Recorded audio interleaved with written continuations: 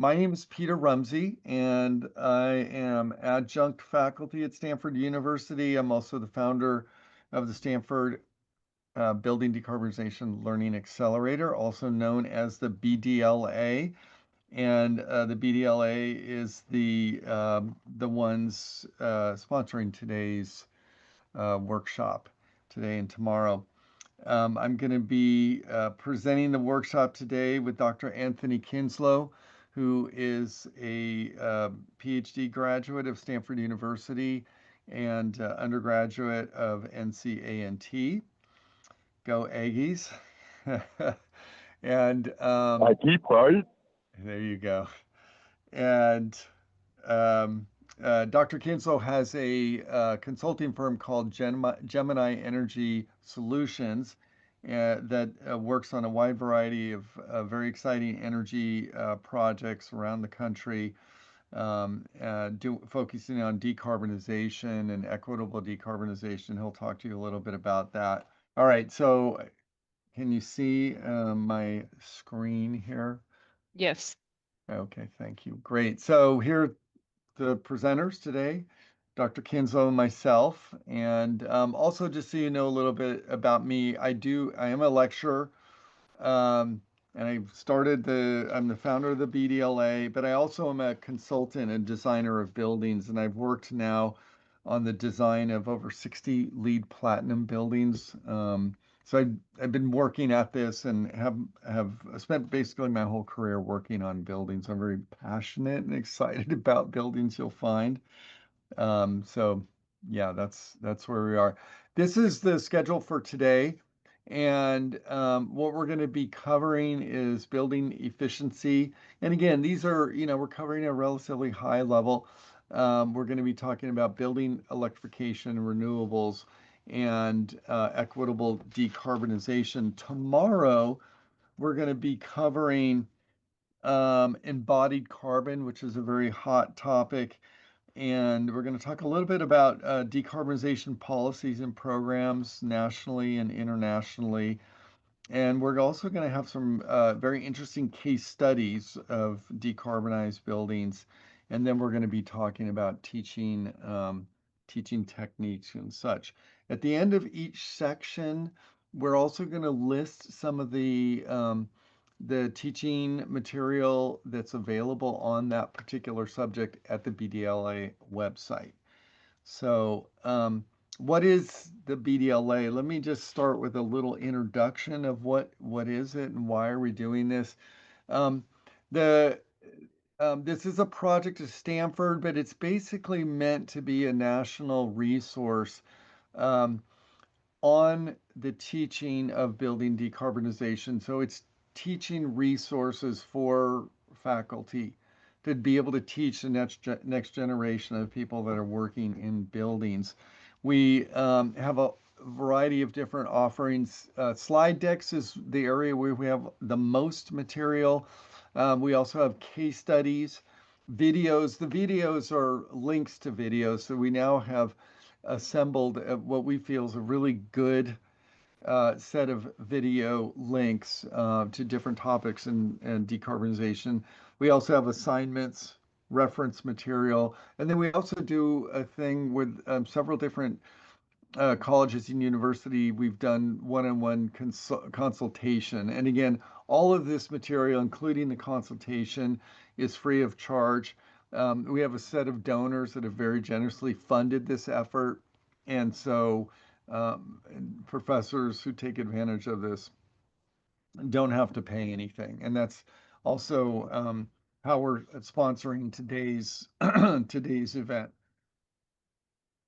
So, a little bit about the BDLA. We have about 1,000 users now and 200 colleges and universities. We're really happy about that. We think there's about 800 colleges and universities in the US that could use this information. So, although we're very proud of the fact that we have 200 universities and colleges, including some of the big name colleges and universities, we still really want to see more. So, part of what you guys can do is let your colleagues know either within your institution or as you meet people along the way at other institutions. Another interesting thing is that over half of the users of the BDLA are also private sector people, which is very interesting.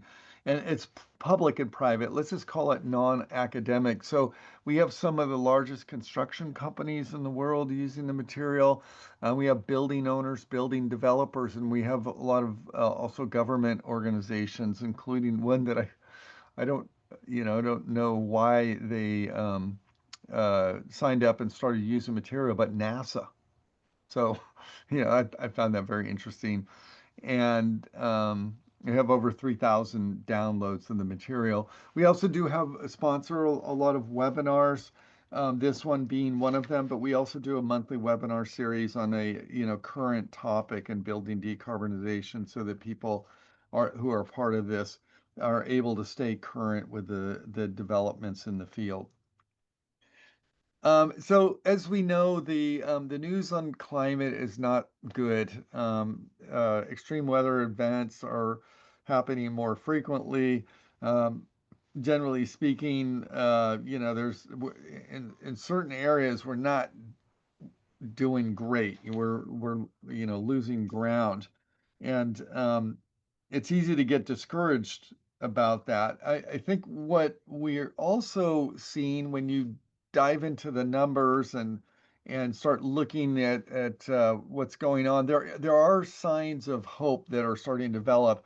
This graph, and there's lots of different data that we could look at, but this one is one that I've been looking at recently, and it's showing global greenhouse or CO2 emissions. And generally speaking, they are going up, and we want to see that to start go down. But if you look at the USA number and the EU number for CO2 emissions, they've actually started to go down, and that started to occur in the for the U.S. Between 2000 and 2010, and in the EU long ago,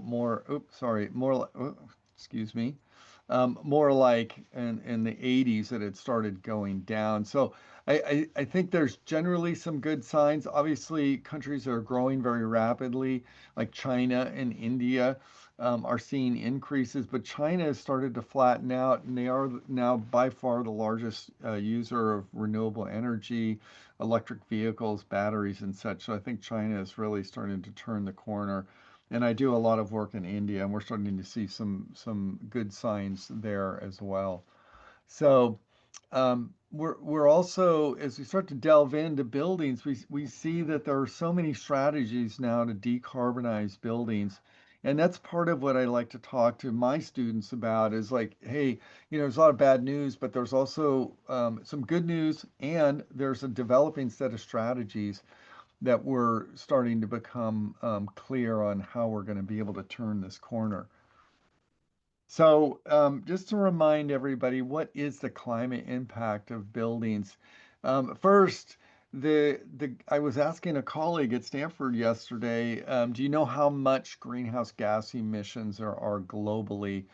And she was not able to answer that. I was not trying to put her on the spot, but it's basically 53 billion tons, an overwhelming number, also known as gigatons per year of CO2 equivalent that are emitted.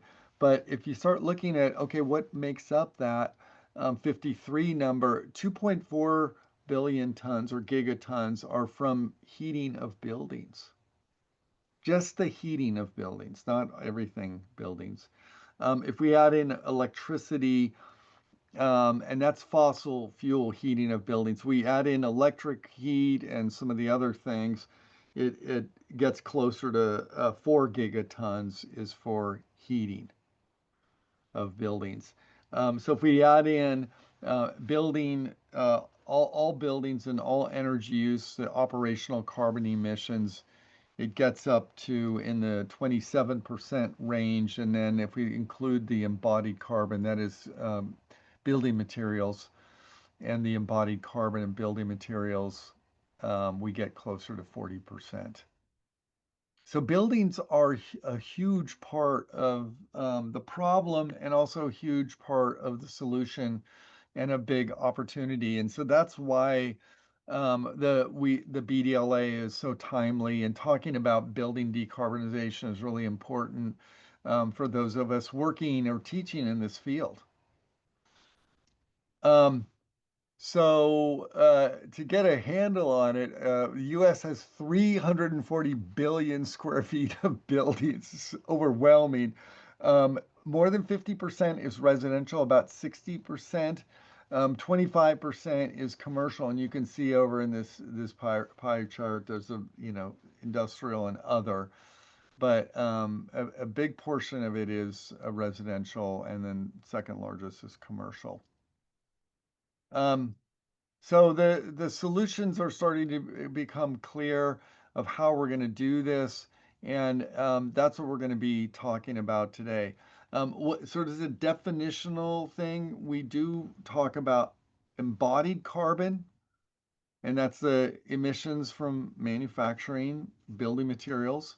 And then operational carbon, which is the carbon emissions associated with the energy consumption of the building, either direct fossil fuel use at the building for heating, either space heating or water heating, and then a little bit for cooking and such, or electricity use where that electricity has carbon emissions associated with it. So we're going to be talking about both. Because operational carbon emissions are significantly larger than embodied carbon, we will spend more time on operational carbon emissions and how to handle that. But tomorrow, as I mentioned, we'll dive into the embodied carbon question. Okay.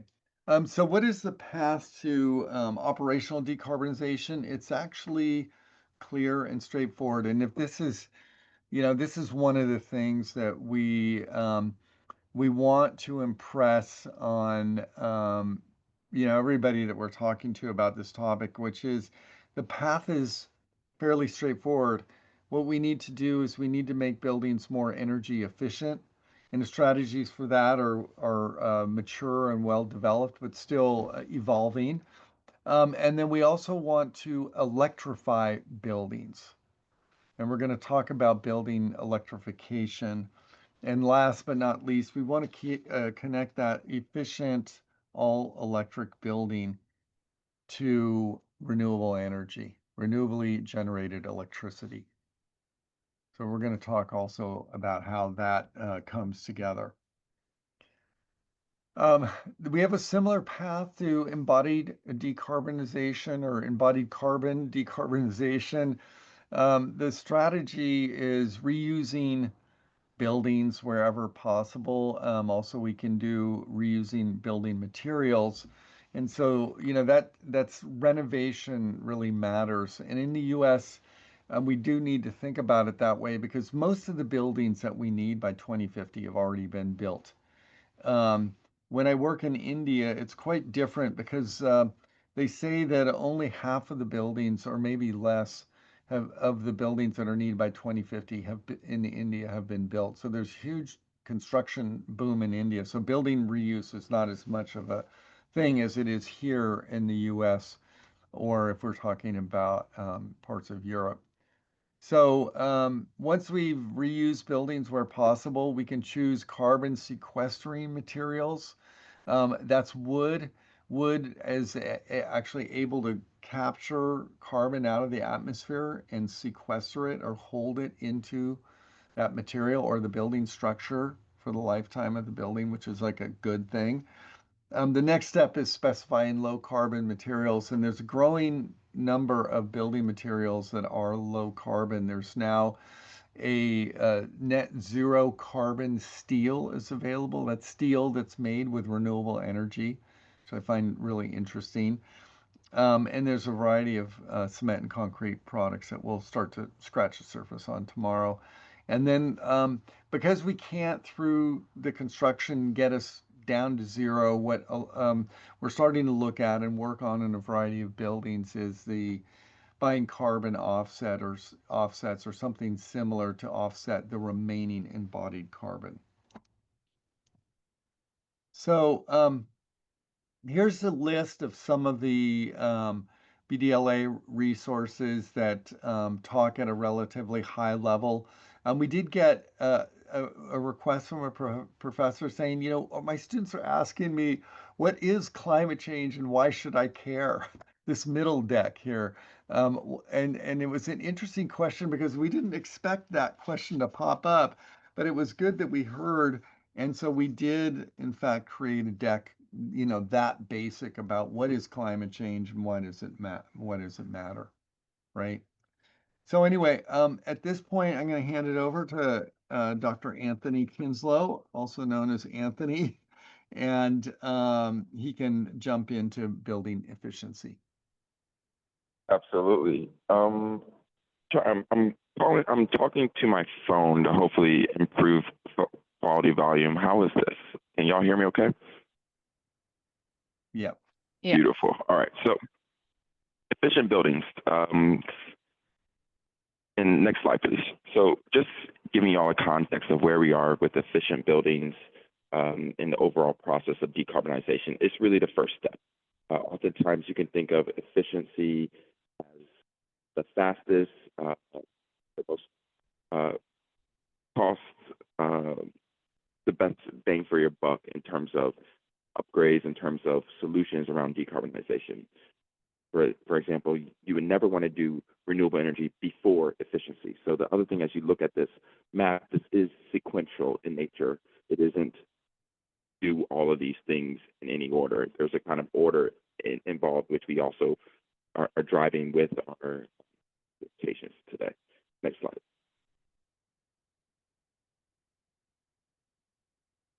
Thanks. So where's energy used in buildings? And it's a little bit different for commercial and residential. And I think it's important to acknowledge that and understand that, because that changes our solutions and what are the main solutions we should be focused on. For commercial, there's heavy space heating, cooking appliances, and lighting, which kind of all move together in the one-third. For residential, you have much higher space heating and cooling.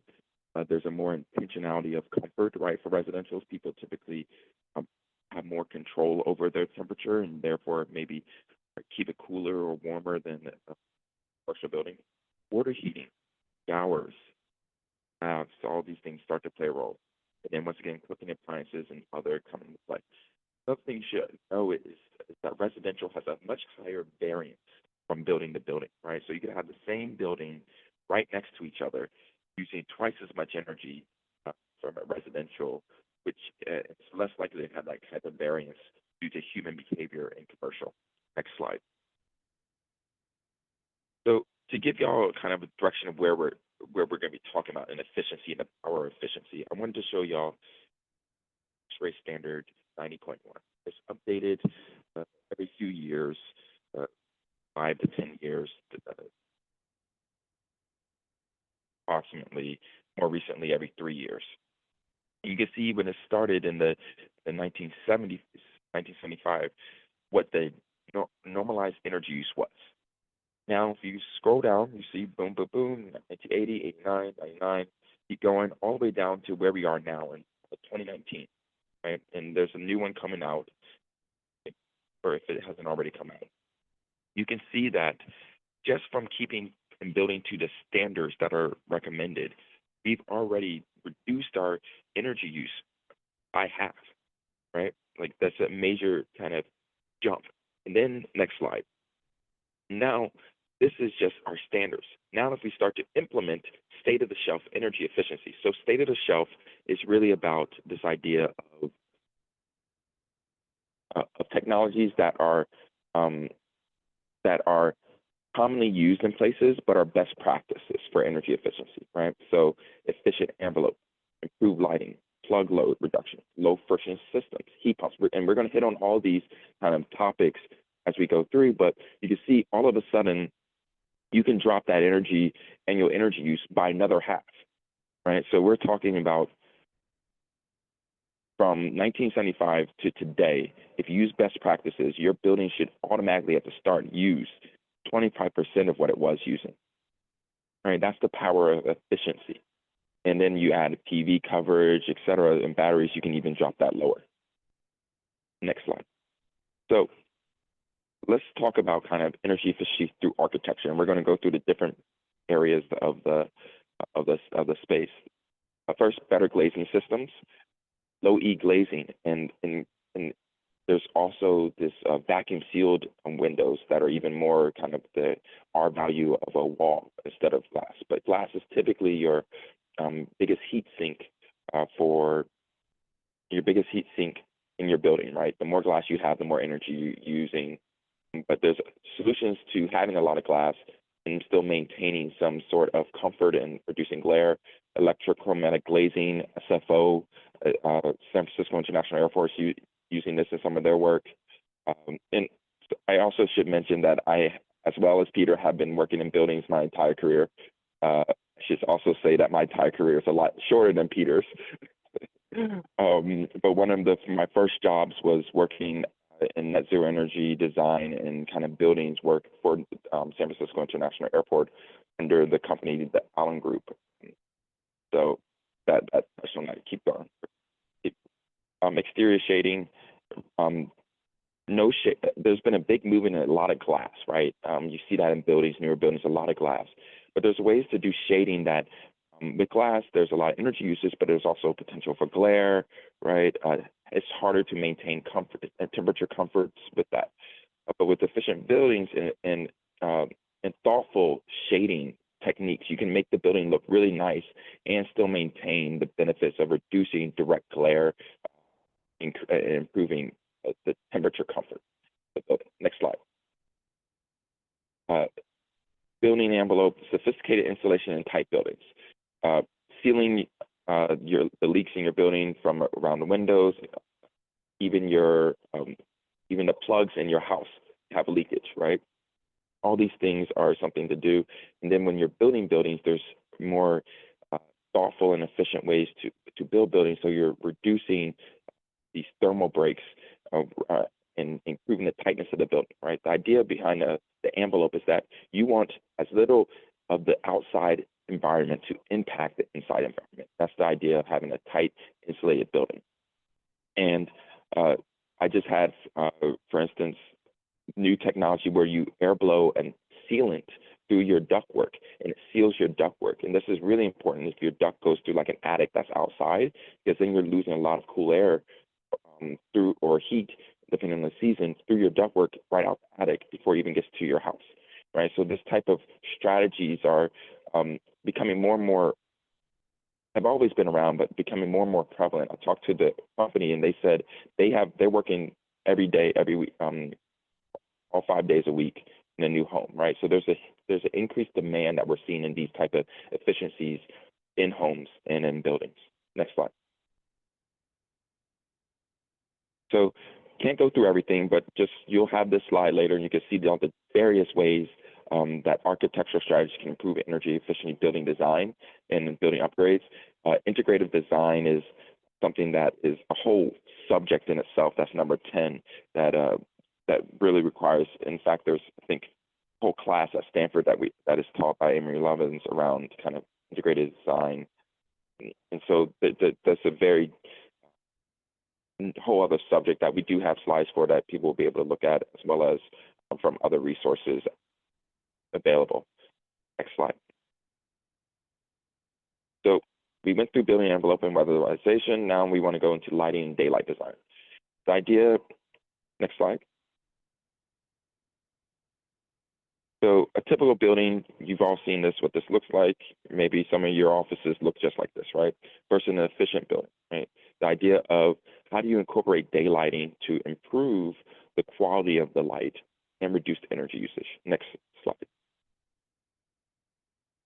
And what's really interesting, click again, is that what people found, sorry, go back, sorry, thought it was going to, is that the research around improved daylight is improved efficiency, improved reduced sick days in schools, improved cognitive ability, right? So students are able to learn better, longer with natural daylighting. So there's not just a an aesthetic appeal to daylighting and improved daylighting. There's a health and operational efficiency appeal too. So from a business or a academic standpoint. Next slide. And when you think about different types of light, there's ways to have really quality light with different types of systems, right? So you have accent lighting that pushes light against the walls that reflect evenly across the whole room. And then you have task lighting for those really specific locations that you need to be reading something or doing work on. And in doing this, you're not designing the room for tasks. You're not designing the room to have for you to do tasks everywhere in the whole room, right? That's not thoughtful about design. And a lot of design about lighting and in general buildings is about being thoughtful about how people will use the space. Next slide. And then, of course, the technologies, this is something I'm sure all of you are aware of the changes in technology of lighting, right? LEDs, and later on we'll talk about the business side of this and the equity side of these changes. But not only are LEDs more efficient, right? And the reason they're more efficient is because they're 80 to 90% of their energy is going to light, as opposed to an incandescent where 80 to 90% of its energy is going to heat, right? You could think about how that impacts also cooling the space. If you have a whole lot of incandescent light bulbs or fluorescent light bulbs that are producing a lot of heat and not a lot of light, versus LEDs, which is producing a lot of light and not a lot of heat.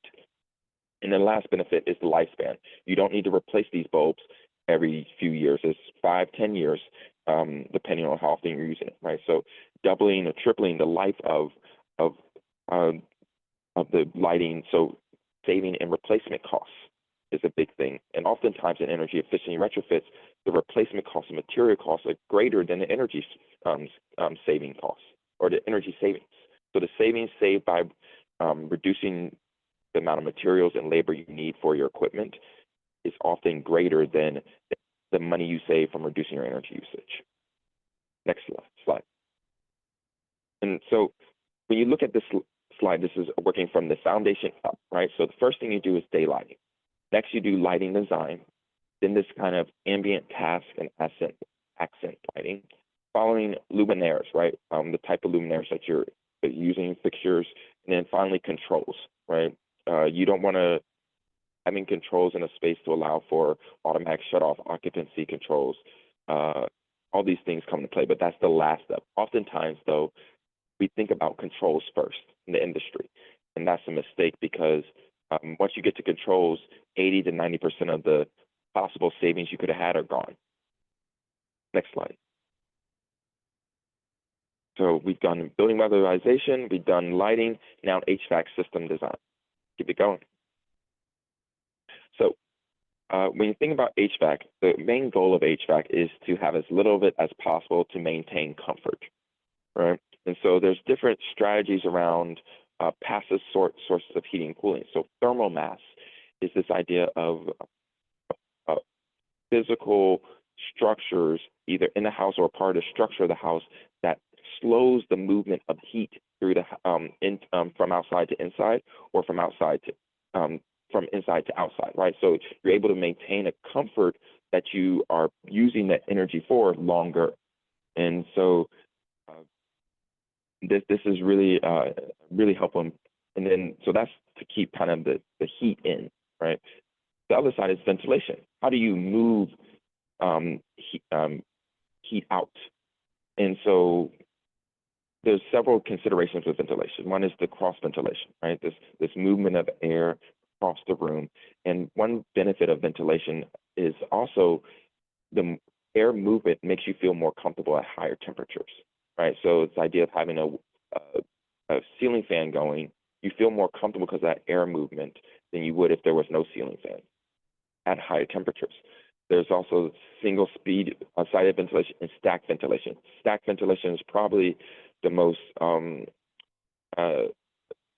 effective in the sense of a natural occurrence, right? Hot air rises.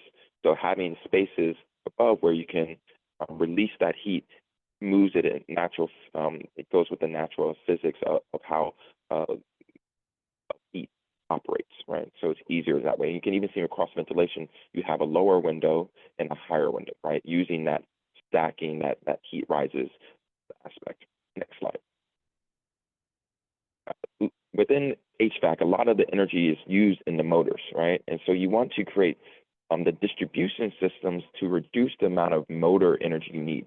And one of the major ways to do that is a 45-degree elbow instead of a 90-degree elbow. That drastically reduces head loss and can reduce the energy needed for motors by, I think it's something like 50 to 75%.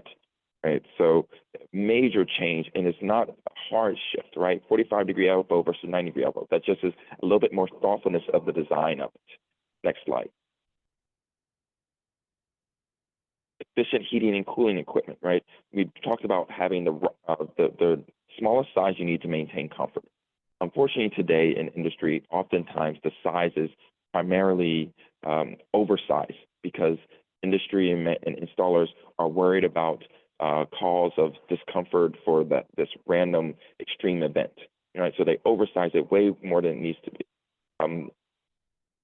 But you also, the technology you use, right? We talk about heat pumps a lot. Heat pumps is, instead of generating a heat or generating cooling, you are moving the heat or the cool from one source to another, which is a lot more efficient. And that's why it is 3 to 4 to 5 times more efficient than boilers. In addition to that is the fan size and the fan selection for that heating and cooling equipment. There's a lot of work around fan ideal laws and things that can actually improve efficiency and just the type of fan as well. So there's certain fans that look the same, but 69 efficient versus 37% efficient, right? So there's a deeper level of thoughtfulness that and you'll hear me use this word a lot during this section, in the design of these things, of this equipment, that all starts to contribute to these savings that, as we showed in the very beginning, right? You went from a standard of 50, you can reduce your energy use by 50% just from best practices in considering these solutions. Next slide. So in summary, in order of importance, right? Lower the loads for heating and cooling. Use passive sources for heating and cooling, right? Ventilation, thermal walls. Design low pressure drop systems. So this is the 45-degree angle versus 90-degree angle. Use electrical heating. Heat pumps is the ideal. Use efficient equipment. And then use intelligent controls. Once again, controls being your last step, right? It's an important step, but it's your last step, because if you don't do all these other things first, you're drastically limited to what controls can do for you. And I think that's something that's a standard takeaway in general when you're doing this work, is that the control side of it is the last part. You've already missed a lot of opportunity if that's where you're starting from. Next. So closing out with the impacts of energy efficiency. So some big one, variable frequency drives. We got the idea of improved improved windows, right? Because single pane windows used to be such a heat sink, so double pane, triple pane, these items, these type of equipment, pass lighting, heat recovery ventilation, these kind of solutions are kind of energy efficiency blockbusters that are now becoming best practice. Next slide. Then the next generation of that is that we're starting to see become even more relevant is induction cooking, right? This idea of using magnets for cooking as opposed to coils or electric resistance. The energy optimization with AI. This is a whole new space that's being explored, and a lot of great opportunity for research and application. And then, of course, heat pumps. They just became a new refrigerant that's being used. That's a lot better for the climate. But in general, there's a lot of benefits for heat pumps. And then, as I mentioned, integrative design, this idea of low pressure drop, personal comfort, and overall integrative design process. And then lastly, to close out, Jim Sweeney, professor at Stanford, but came with this understanding of the power of energy efficiency, right? I started with the individual building, but this is from the industry as a whole. the actual energy consumption versus where we would have been if we didn't use energy efficiency over the last 60, 70 years. And that top part is where we would have been if we didn't do energy efficiency versus where we actually are with the blue line, right? So that difference is actually greater than what it would have been if we than the renewables that have been brought on system. So just to bring back this idea of energy efficiency first, then renewables. And this is bearing out over the 60, 70 years of the history of this work. Thank you.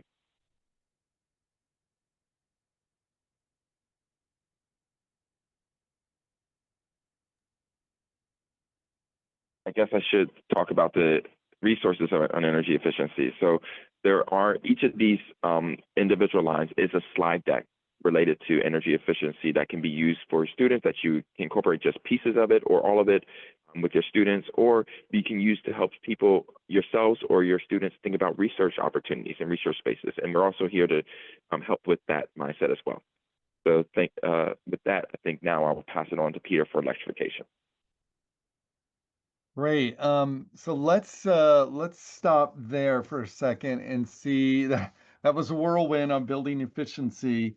And as Anthony was saying, the ASHRAE 90.1, which is not that hard to meet, if you designed a building today to meet ASHRAE 90.1, it will use half the energy as a building designed to meet ASHRAE 90.1 in the 1970s when it was first introduced. So lots of potential on the energy efficiency. And what we're seeing is a further 50% is achievable today with off-the-shelf, what we like to call state-of-the-shelf strategies and technologies and such. So let me just jump into building electrification and what is that. Remember this flow diagram or pathway.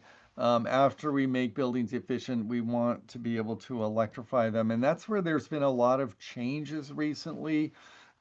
Gas boilers or furnaces can now be replaced with heat pumps. Gas stoves can be replaced with induction stoves. We know there are alternatives, which are gas boiler or furnace could be replaced with electric resistance heat, or a gas stove could be replaced with an electric resistance stove. The thing about those is that their electric resistance, especially on the heating, uses a lot more energy, it's more expensive, and it's not the right path to electrification. So we want efficient electrification. We don't want to forget about our efficiency. So if we start diving into it, when we look at, what is the difference between a electric resistance heater and a heat pump, the big deal about heat pumps is they can take 1 unit of energy in electricity and turn it into 3 to 5 units of heat. Now, it's not magic, but the way heat pumps work is they are able to move heat. They pull heat typically from outside, but it could also be from the ground, like a ground source system, and pull heat from a source and move it into the building. It's using the refrigeration cycle, which is the same cycle that we use to cool our refrigerator. You're moving heat from the inside of the refrigerator, which is already cold, and you're moving that into the kitchen, which is warmer. So same thing. So if you think about when we want efficient electrification, heat pumps are the key for efficient electrification of heating systems. So we're going to talk a little bit about that. And here's a little bit more clear diagram of being able to move that heat from the surroundings, either air or water or the ground, and through the heat pump move that into the building. So we get triple the efficiency of what a boiler would be. So we did recently look at this for Atlanta for Morehouse, and based on the Morehouse costs of electricity and gas, a gas boiler would cost about $12 per million BTUs of heat, standard unit of heating. If we went to electric resistance heating, we'd go from $12 to $27, so a lot more expensive. But if we went to a heat pump, we'd get that electrification and we would go from $12 down to $9. So we're working with them. It was really clear that if they want to electrify, don't go in the direction of electric resistance boilers. Go in the direction of heat pumps. And in fact, their new residence hall is actually going to have a heat pump system on it because the beauty of heat pumps, most of them have the ability to do heating or cooling. And so in the new residence hall, they want to be able to have heating or cooling depending on the season. And so they bought one system that can do both because air conditioner uses refrigeration cycle, heat pump uses a refrigeration cycle. So they just get one that has reversibility in it. And they used one that's called a variable refrigerant flow system, VRF, and I'll talk about that briefly.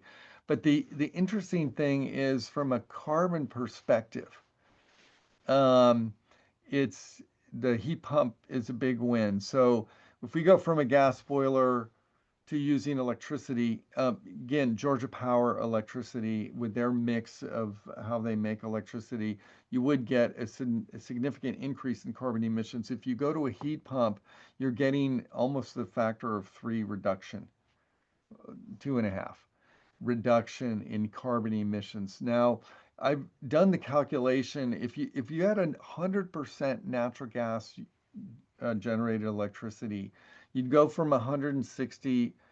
Um, this is pounds of CO2 emissions. You would go down to about 80. So almost a 50% reduction, even when the electricity is 100% natural gas generated, because the heat pump is so efficient.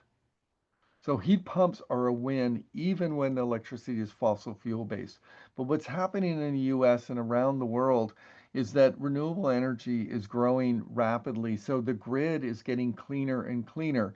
In the US, 24 states have legislation already enacted that says by 2050 or sooner, the electricity has to be carbon free.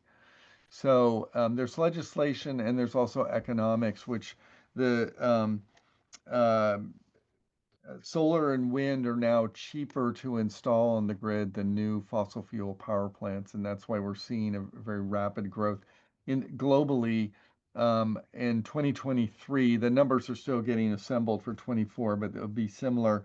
80% of all the new electricity added globally was either solar or wind in 23, and the numbers for 24 will be very similar. So as the grid gets cleaner, we can actually see a day where heat pumps, the greenhouse gas emissions would be zero. So, but when you put a gas boiler in a building, it's going to be emitting this 161 for the rest of the life of the boiler. So, nice thing about heat pumps is they can be installed in new buildings, but they can also easily be retrofitted into existing buildings. So you can do space heating with heat pumps. There's one type of unit that's very widely used as a package unit for small commercial that can be have a heat pump and air conditioning. It's reversible. We can also have heat pumps on the right that make just hot water for domestic hot water.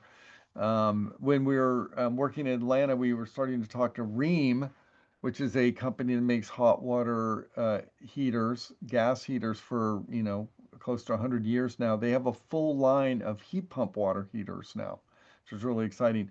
On residential and small commercial, we can use split systems, which are globally very, very popular right now. And we can also use central systems. And for many years, the central system has been available that has heat pump heating and compressor cooling. So that's widely available. And even these package terminal heat pumps, which we, are not which are very widely used, they have an electric resistance heating version and they also have a heat pump version.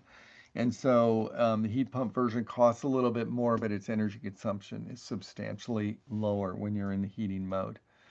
And here's a picture of that variable refrigerant flow system where you have a series of heat exchangers and compressors on the roof, and then down in the space is refrigerant piping that is connected to fan coils that do the heating or cooling. We've all heard of ground source coupled systems. with either ground wells or horizontal. Sometimes people even put it in a pond or a lake. These systems are more expensive, but they have a higher efficiency over time and sometimes pay for themselves. There is a growing number of options within the commercial sector for things like a heat recovery chiller, which is a heat pump that can do heating and cooling simultaneously if you have a building that needs both. And many commercial buildings do actually have that going on.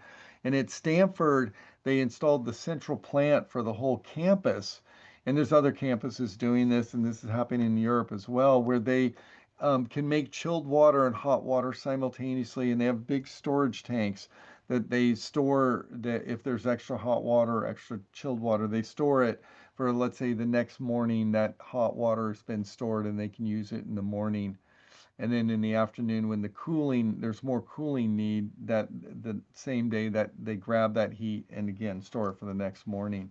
And for Stanford, it was actually a really big deal because they were able to cut their greenhouse gas emissions by about right away when that system went online by 50%. And as they tune it up, it's getting closer to 70. So hot water heating, very easy to use heat pumps. I actually just installed a heat pump water heater.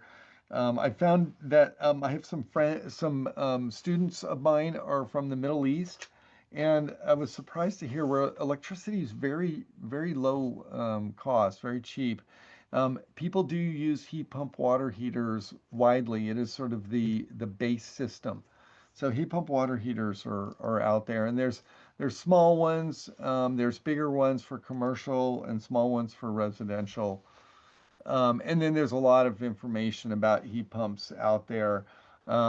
MIT has a really good thing on this technology review website about heat pumps. I thought it was really good. And then also, uh, I wrote together with two of my colleagues a introduction to heat pumps in the ASHRAE journal, if for those of you are into that. But there are other ways to heat water with electricity. Electric hot water resistance is there, not super efficient, as I was mentioning, but we sometimes do go with the tankless unit, especially in commercial buildings where the alternative is circulating hot water through the building, oftentimes 24 hours a day, and you have a lot of losses associated with that. So sometimes the distributed heating can make sense. And not to forget, there is solar hot water heating, and depending on the climate and the costs and everything, it can make sense. So, and that certain countries have a lot of solar hot water heating. So we have several decks that relate to electrification and heat pumps. We have ones that are more geared for architects, ones that are geared for engineers, trying to meet the needs of depending on the student population that we're talking to. So I'm just going to quickly go through renewables, and then we can take a break and do some discussion. Again, it's our final step in building decarbonization is connecting the efficient electric building to renewables. So there's a variety of options available. One is on-site, and that's, at the building we can put solar PV systems, and generally solar PV systems are very affordable these days. When I was young, a solar PV panel would cost $20 per watt. Today, a solar panel costs 20 cents a watt, between 20 and 50 cents. So it's not a tenfold reduction, it's a hundredfold reduction, which is phenomenal. So solar is more affordable. Now, it depends on where you are. In some utility areas, it's not, the utility doesn't like it when you have solar, so they don't pay you very much if you have extra solar during the day and such. The net metering isn't so good. And then there's off-site solar at utility scale, and that is a growing thing nationwide and globally. If we're going with on-site, the most common that we see is a rooftop solar system, but there's also people trying to figure out how do we integrate it into the building facade, things like trellises and overhangs, and then carports is another that we see a lot of is carports. So there's a variety of options. One thing that we do with our students is have them use this free uh, PV system calculator called PV Watts. And it's very easy to use, user friendly, and this you can have the students size the system in whatever location that they want around the world. So it's kind of a good program on this. There's when we get into solar at the on site or at the building, net metering really does help out, and that is where the energy produced minus what you consume goes to the grid. So that's the net energy, and you can overgenerate during the day, and then at night you can get credit for that during the day, and then at night you can use that extra energy that you generated, and in a sense you're getting the grid is acting as a battery. And so there's a variety of different net metering policies, depending on which state you're in. Some are more favorable than others. In California, interestingly enough, they've started to back off from the net metering. And so they don't pay you as much. You can feed your electricity into the grid, but they you get one third of the value is when you buy it. When you sell it to the grid, in a sense, you're getting one third of what you have to pay when you buy it. So it's actually better to keep it on site, and so that is spurring more interest in battery systems. But and part of the reason why they did that in California is they said, well, we would rather just have the solar be at utility scale, big grid-based solar systems, because it's a little bit cheaper that way, of course. It's when we start getting into battery systems, we see batteries now at the residential level. They're still expensive, but we're also seeing batteries at the commercial level and then also at the grid level. But even though batteries are expensive, their prices have been coming down in large part because batteries for automobiles have been there's been a lot of surge for that. In the US, we see sort of a faltering market for EVs, but globally, the EV market is really taking off. And it's only so long that we can hold it back here in the US. And so batteries will become a very big part of managing energy use.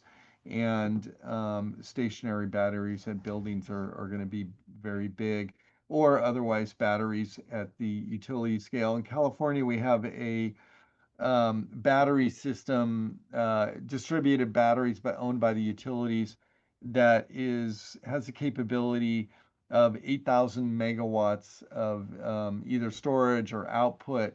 And we have one nuclear power plant in California that its output is at peak 2,000 megawatts. So batteries at the peak period, and they usually are at peak discharge in the early evening, are putting out 4 times more energy than the nuclear power plant that we have. So batteries are significant, and they can be used to, if you have extra solar, they can be used to um, store the energy and then use it during the evening. But we can also use batteries to manage energy costs. And in some cases where you have time of use rates, it can actually make sense to have a battery alone, even without solar. And some folks are using batteries to manage carbon. You can actually do a thing where you charge the battery when the carbon emissions from making electricity are low, and then discharge it when the carbon emissions are high. So what is that? That's when in the middle of the day, when solar is on the grid, like utility-owned solar, can be very big and low carbon. You can charge a battery during that time. And then when the sun goes down, a lot of utilities have to turn on fossil fuel power plants.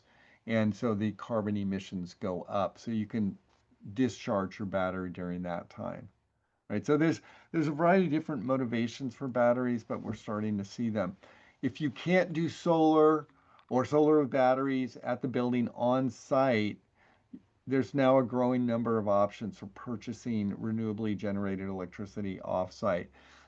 Bigger organizations can use offsite power purchase agreements, but the growing method to allow customers, even residential customers, to be able to access renewable energy is this community choice aggregation. Different states have different versions of this, but you, as a customer, can say to a community choice aggregation company, I want my generation dollars, and part of my bill that goes to generation, to go to renewable energy. And we're doing a project for the American Institute of Architects building in Washington, D.C. They have that program available. It's available in a wide variety of states. And Georgia Power, when we were working with Morehouse, actually has a similar program. So there's a variety of different programs that customers can select. And usually what happens is it's a very small increase in the electric rate to be able to access the renewable electricity. So it can be anywhere from 1 to 10%. For me in California, it's like a 2 or 3% thing to be able to get to the 100% renewable. In some areas, there's nothing available, and that's where it's not as good, but renewable energy credits are an option, and it's just like an offset. It's a mechanism for you to help pay for solar or wind at some other location, and then be able to get these renewable energy credits. So again, we're just moving relatively quickly, but the renewable field is growing rapidly. It's a lot of action is happening on the grid, and maybe less action is happening at the building. One of the things that is going to impact us is that the legislation that's going through Congress now is going to cut back on the tax credits for solar systems, either at your home or your business. And so that is going to have a slowing effect at the building, and so people are going to more and more want to rely on the grid-based renewables. And again, that's because it's so cost effective. It's not dependent on huge subsidies. So even if the Inflation Reduction Act and other tax credits are cut back or eliminated, we'll still see a lot of growth in renewables. The biggest state for renewables is actually Texas, not California.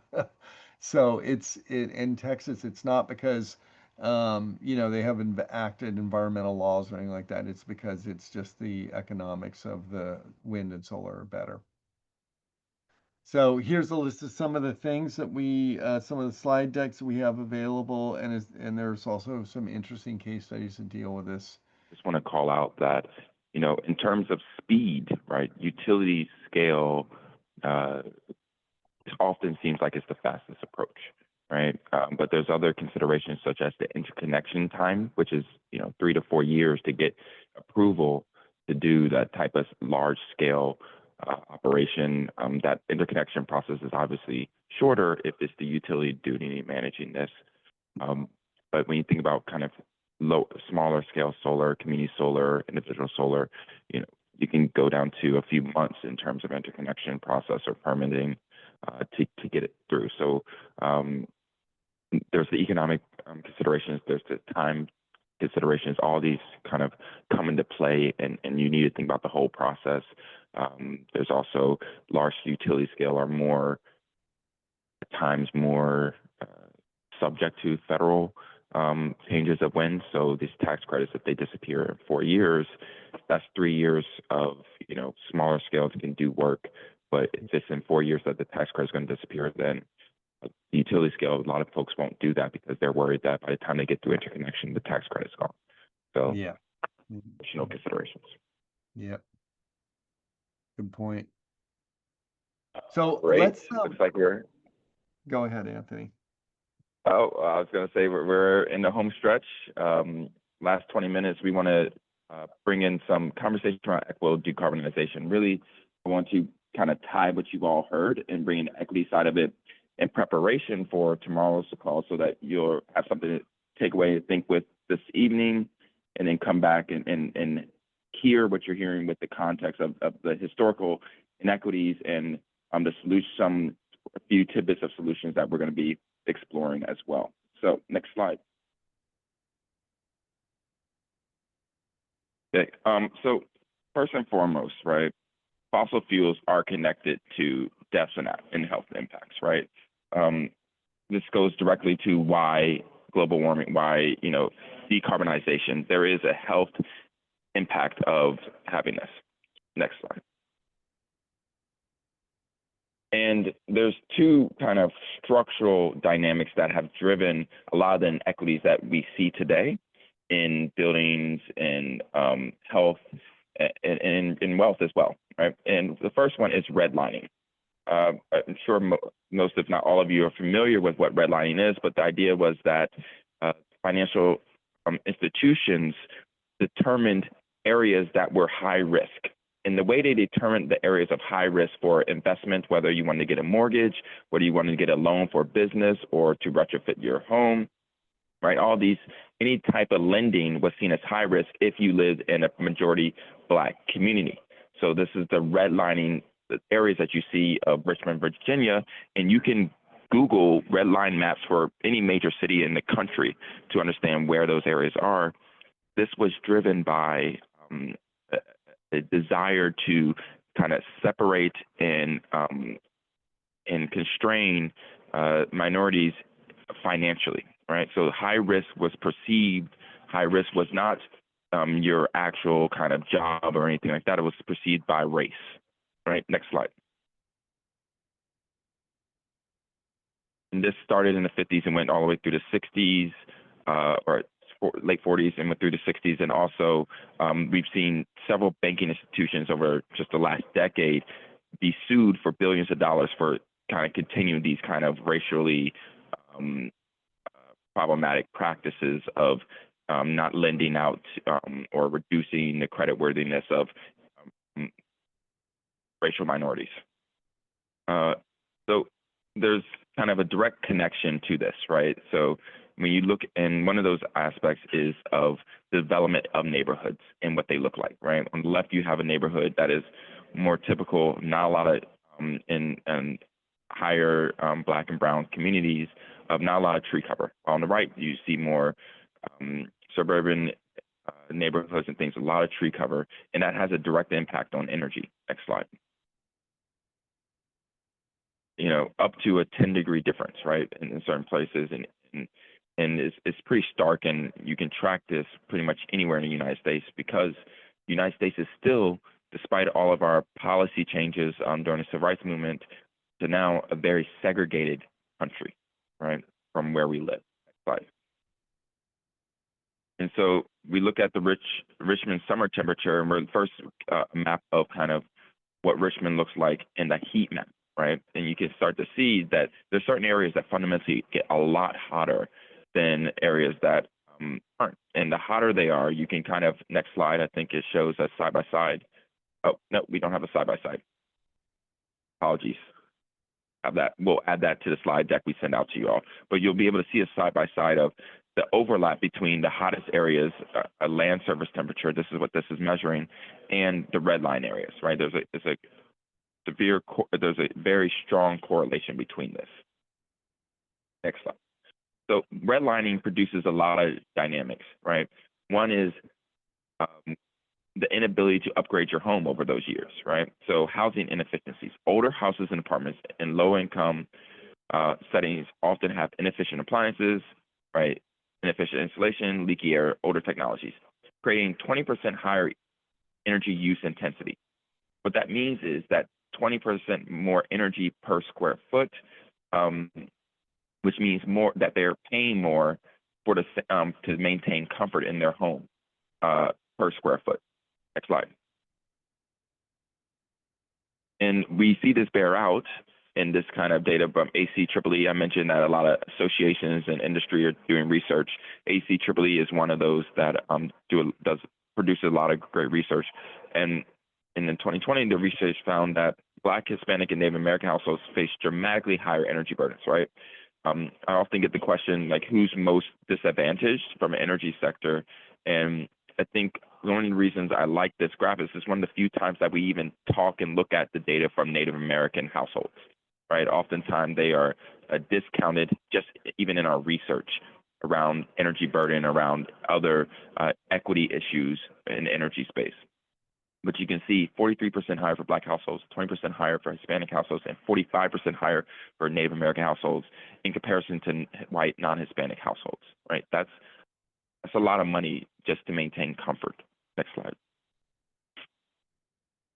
So first major policy, right, structural change was redlining. The second is the history of our transportation. For those who aren't aware, the decision of where our highways and freeways were built were primarily built through Black neighborhoods. This is an example, and not just like next to Black neighborhoods, through them and through city centers, economic center places, intentionally, right? Lots of documentation, historical documents of this being done, firsthand accounts of people who tried to prevent this from happening, approval meetings, et cetera, right? So an intentional building of our major interstate infrastructure through Black and brown neighborhoods.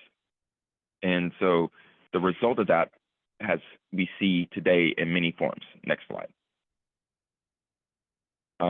One is that, and back to this, air pollution kills, right? So when you are living in close proximity to highways and freeways, you have a disproportionate amount of air pollution, right? And you can see from all these different sources what air pollution can do in terms of early deaths and the significant impact. And if you look slower at the very bottom, you'll see that you got HIV, road accidents, obesity, like all these other terrorism, homicides, all these things that are so in the news, right?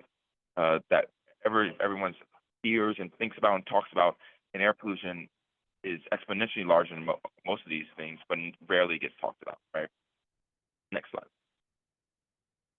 So what we've seen is that Black communities bear a disproportionate burden of harmful impacts, and some numbers coming next. Keep going.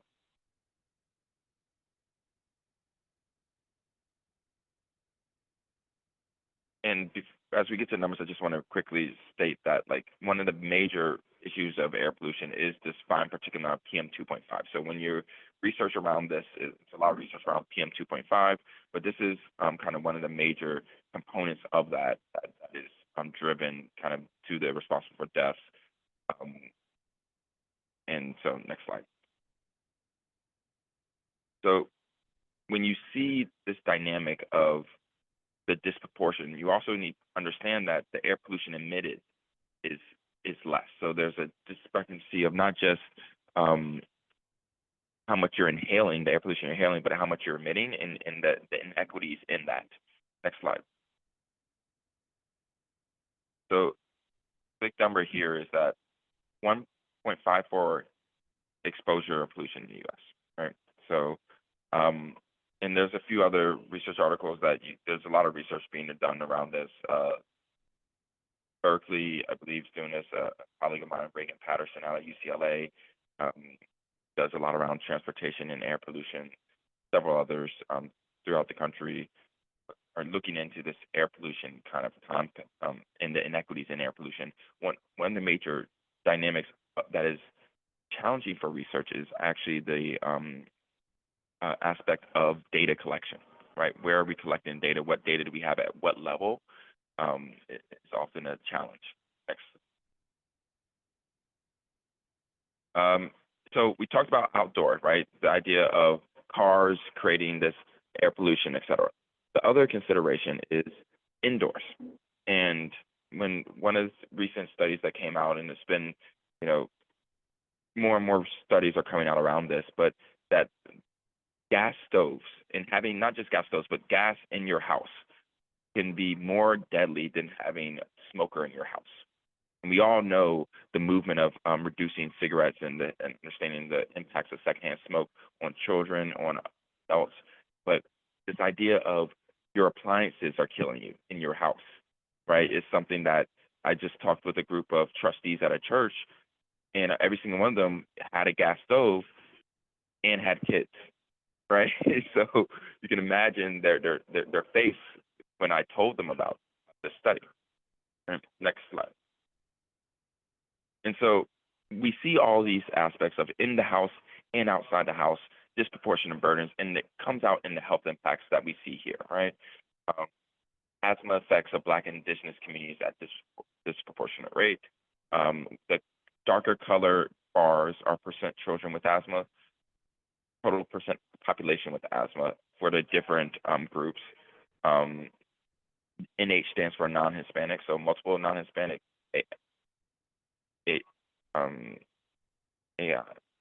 American Indian, non-Hispanic, Black non-Hispanic, white non-Hispanic, Hispanic, and Asian non-Hispanic, right? So American Indian or American Native, right? So you can see the delta between Black non-Hispanic and white non-Hispanic in terms of asthma rate. And oftentimes when you talk with folks in the community, they just think that it's genetics, right? Oh, my mom had asthma, so I got asthma. Or my grandparents, like it's not genetics, but it's environmental. But because it's so prevalent, the assumption becomes that it's genetics. And I think that's an important insight that also is problematic, but also an opportunity for conversation and for research. Next slide. So overall, there tends to be this vicious cycle, right?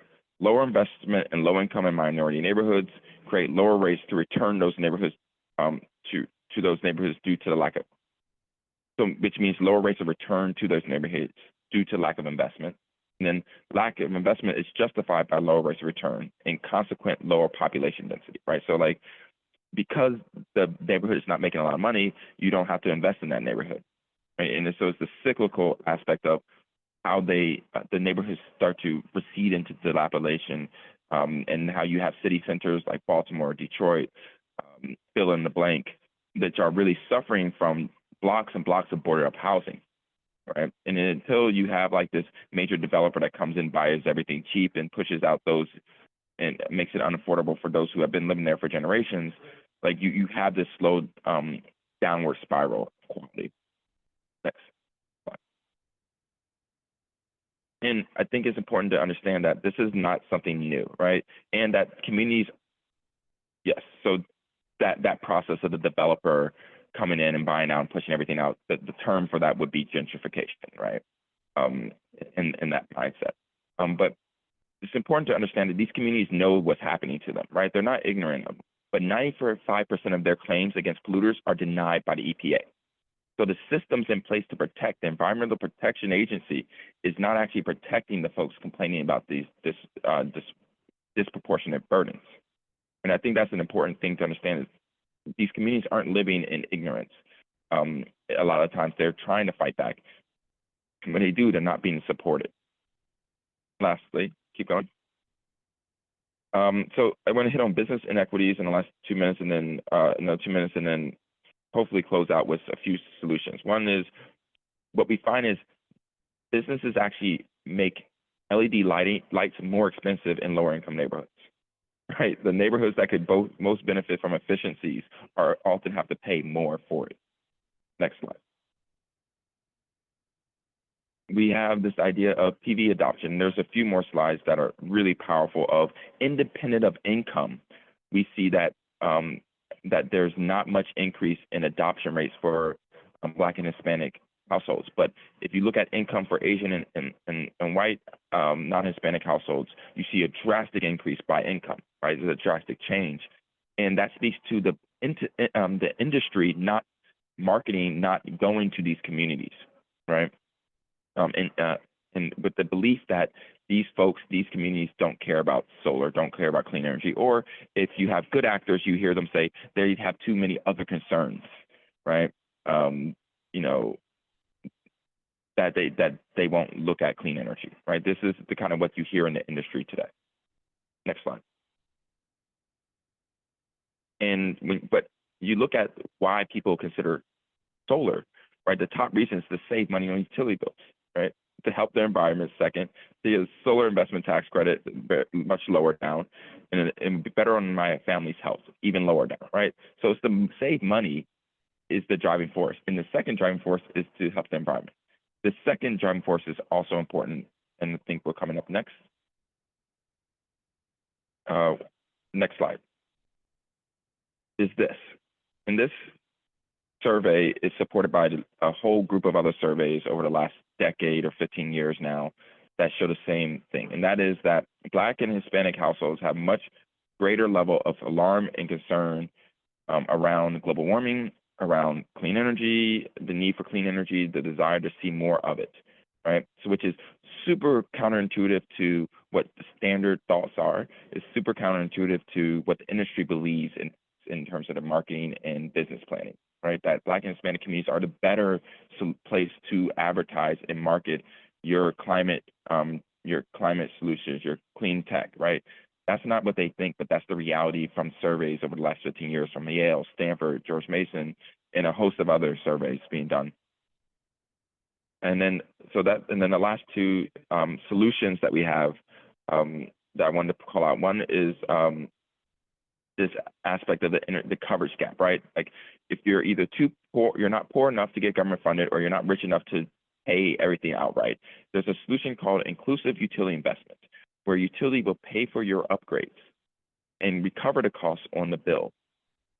But you're receiving at least 20% energy cost savings with new equipment, and it's not a debt service, right? It's connected just to the meter. So if you move, you're in an apartment and you get this utility service, they pay for everything, update all your stuff, and then you move a year later. That debt doesn't follow you. It just stays on the meter. And so it's a powerful financial tool to address the equity of access because you're not paying anything up front, but also allows for this aspect of apartment buildings to be used and served as well. Next slide. And I think it's being used across the country, but I think it's essential for anywhere that we want to see equitable decarbonization to have that solution in place. And then last thing is there's a lot of research going on around the future of transportation in the Black community and what that can look like. My colleague and friend, Dr. Patterson, produced this report, I think 3-4 years ago.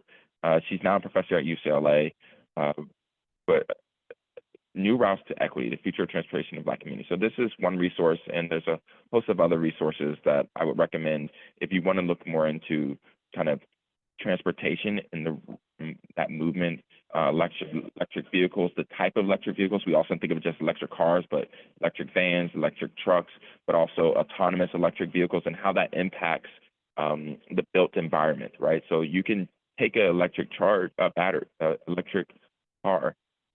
and plug it into your house, and it can be used as a battery. A Nissan Leaf can charge a single-family home for 3 days.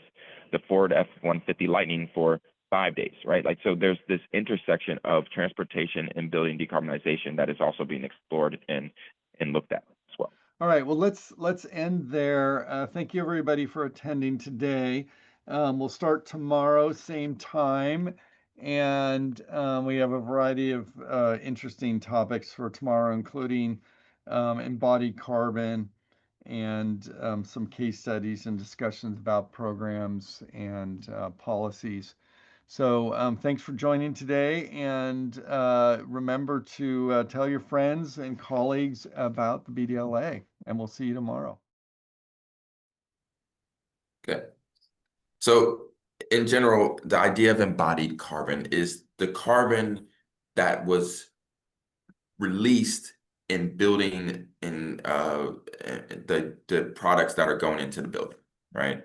As well as the construction of the building, right? So the one way to think about this is this idea of during the operation of the building, you have natural gas heater, right? That is producing CO2 and greenhouse gas emissions, right?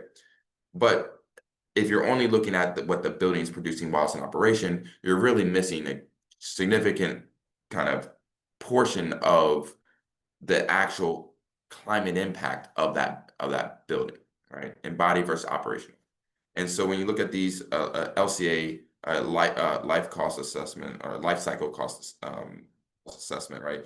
You can look at the raw material work, the manufacturing of that raw material to produce that steel beam or what have you, all that comes into and plays into embodied carbon. And the characteristics change if you look at it from a 60-year standpoint versus 20 years, because the longer the building's in operation, the lower the percent of that amount of already consumed and used greenhouse gases is. So to next. And an interesting fact that we found at HBCUs is that they typically have longer, older buildings, right? Like our work with Morehouse, et cetera, like a 60-year building may be more prominent than a 20-year building on the campuses. So your embodied carbon may actually be less as a result of that. It's an interesting kind of dynamic. Next slide. But there's a lot of design paths, ways to reduce embodied carbon, and there's a lot of research opportunities there as well. Right?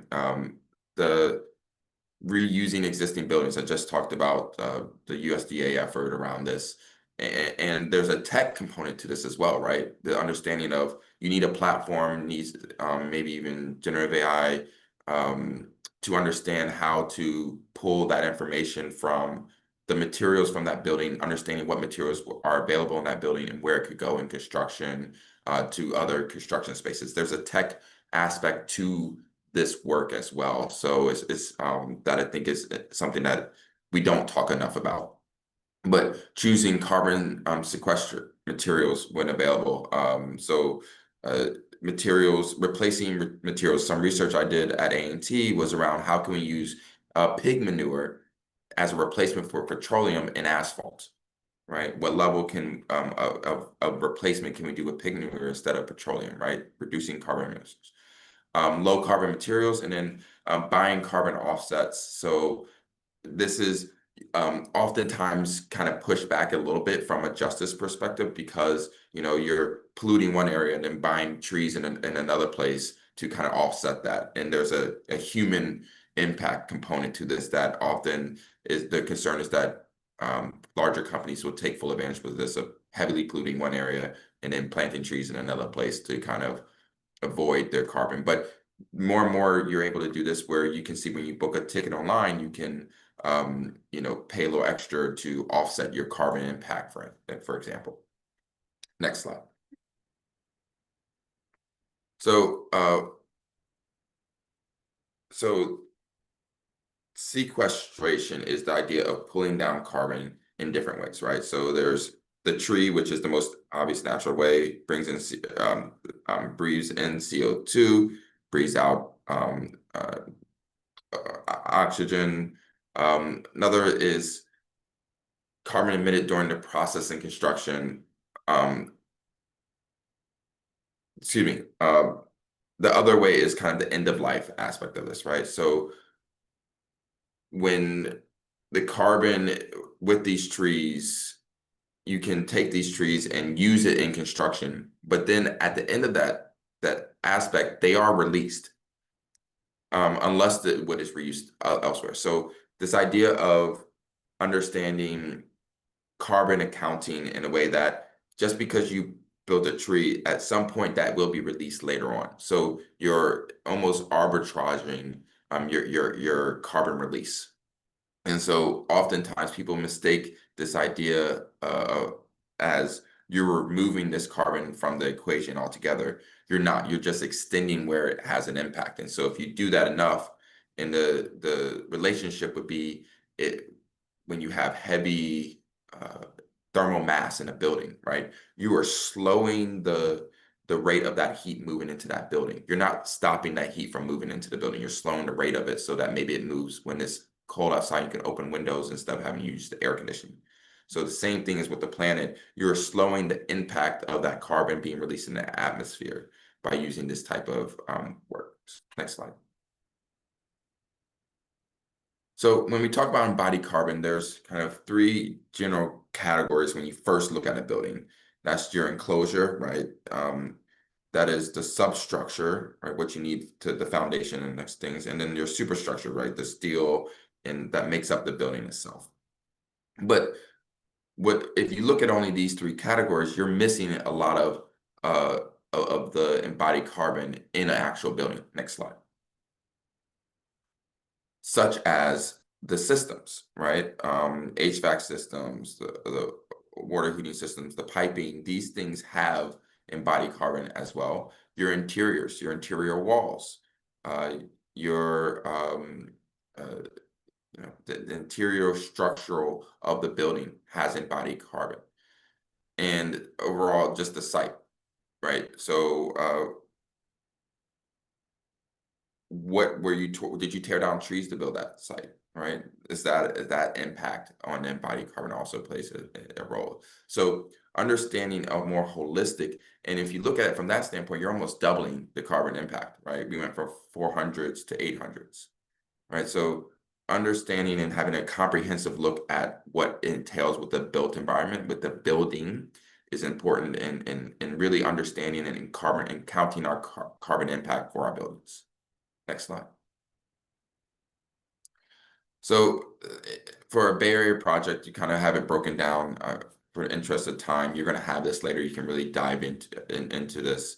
But kind of the idea being that the structure is the main driver of this, right? The concrete, the rebar, and so the insulation, and there's a lot of opportunities to reduce that carbon within that structure as well, through building reuse. Next slide. And materials. So let's look at new low carbon building products with that in mind. So mass timber structural elements. More and more, there's been work being done with being able to do composite timber, mass timber, where you are no longer limited by a few stories for wood buildings, but you can go a high-rise wood building if you wanted to with new technologies. Concrete optimization, that is both how you transport the concrete when you transport it, but also,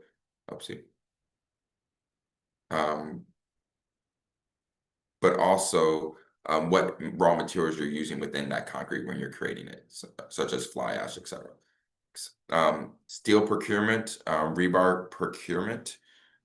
This idea of where you're getting the steel, how far away is it, right? Not all steel is made at the same level of carbon intensity, but also, are you getting steel from a local place, or are you getting steel that you got to ship across the country or across the world? Interior finishes, insulation selection. Insulation selection is a really big thing where there's a lot of work being done around insulation from insulation using hemp. So there's a company here in DC that I just bought insulation for my house from that uses hemp. They grow hemp and they use that for insulation, and it's actually better. There's additional benefits to not just the insulation properties of that, and then facade materials as well. Keep it moving. Oopsie, we're lost again. There we go. So an example of this for concrete is a Blue Planet, where they are arguing that they're actually carbon negative as you add more and more of their aggregate as a replacement for kind of the standard materials in concrete. Next slide. So one of the things, several different concrete additives you can use to reduce your carbon footprint. Fly ash is one that we used at A&T to build our concrete canoe. I'm sure a lot of you all have either heard about this or been a part of the concrete canoe competitions from a civil engineering perspective.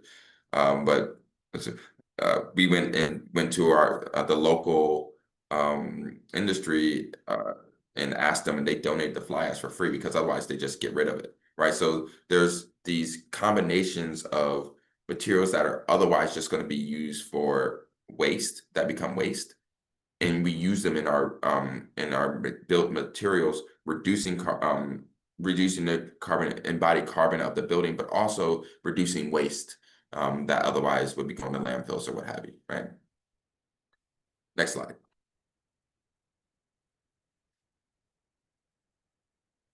So recycled steel, another example of a way to kind of reduce the carbon. But there's significant less CO2 emissions when you're using recycled steel with other elements to build it back up to its strength and durability, right? But then you once again thinking about transit, use, and end of life all comes into play with the carbon accounting that drives embodied carbon. And so oftentimes folks focus solely on one aspect of it and discount other components of it. And of course, something like transit drastically reduces as we electrify and decarbonize the transportation industry as well. So all these you see intersections come into play in this. Next.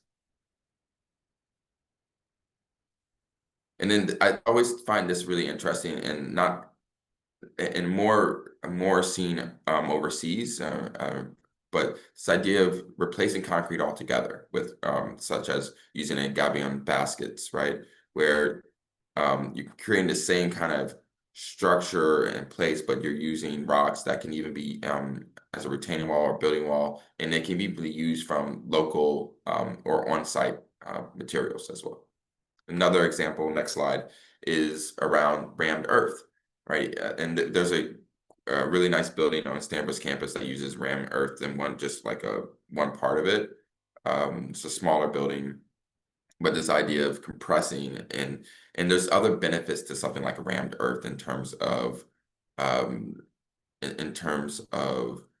thermal mass, in terms of indoor comfort that is and then you see termite proof, fireproof, right? There's other benefits to using this type of technology. The counter to that is that it's very expensive because it's not been systematized in the industry, right? So you need someone specialized to do it, someone who's and charging a premium for these type of alternative solutions today. I will say that internationally, something like rammed earth is more common as a practice than it is in America. Just like in Germany, for instance, there's a whole industry around exterior insulation, right? So in America, would be cost would be astronomically to add a whole nother level of building envelope around your building. In Germany, there's a whole system that's very affordable to do that.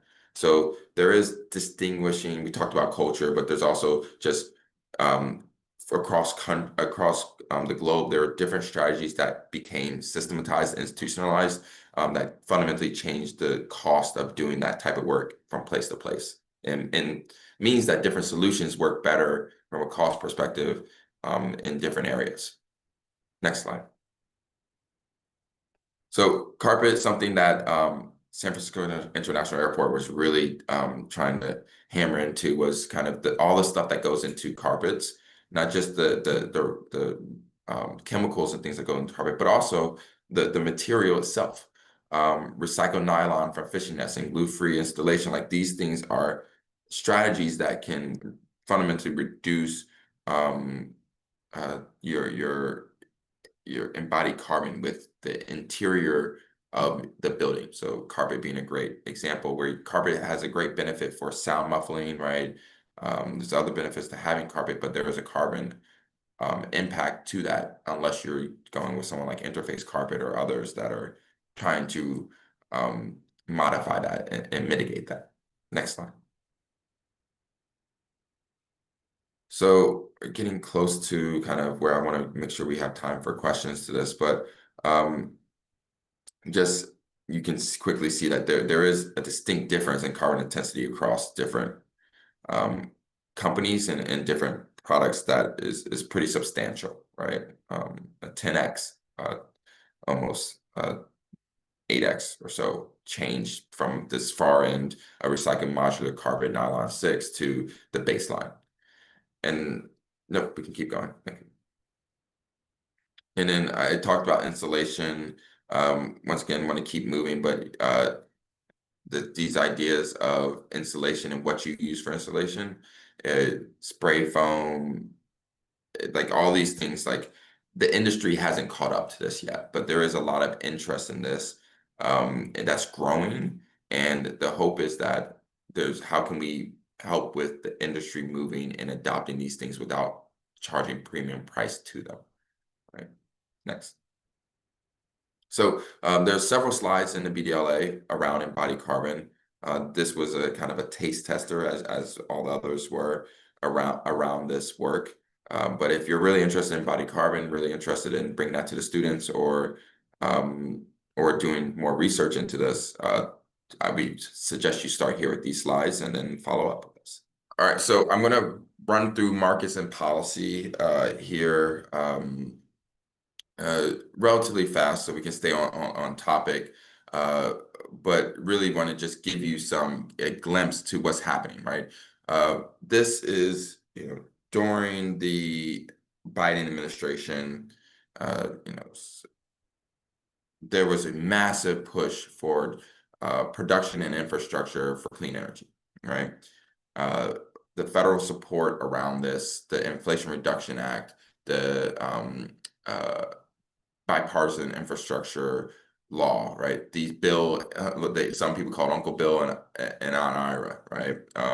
Like these things put in a lot of money into infrastructure, into clean energy, into incentives to move that, to accelerate our transition away from a fossil fuel economy.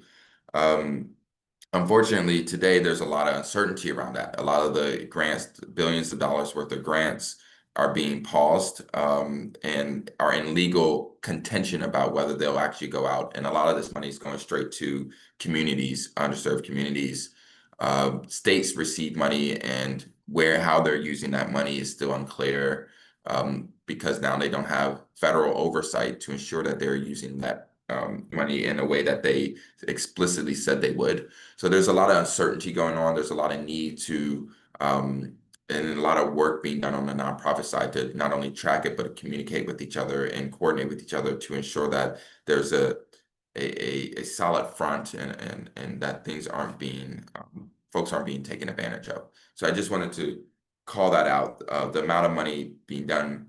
And I also want to call out that why it was a substantial amount, it was only about 1/10 of what was actually needed for our transition. So I just want to call that out from a federal level and context.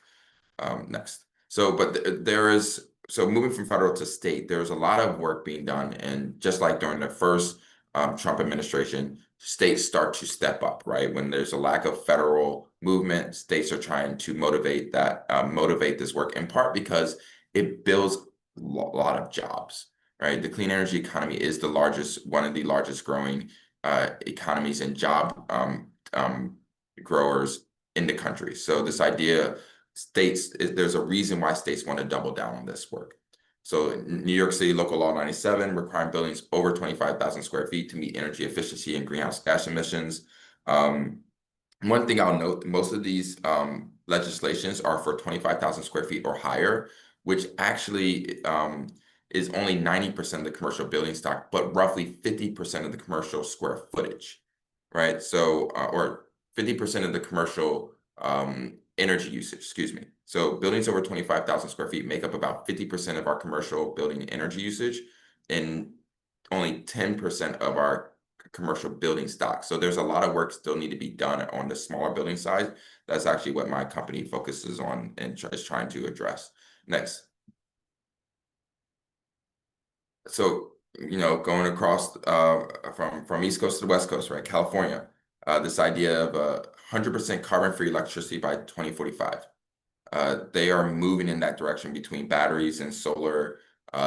There's a huge push for this. I think most of the electricity for 2025 has been from solar and battery in California.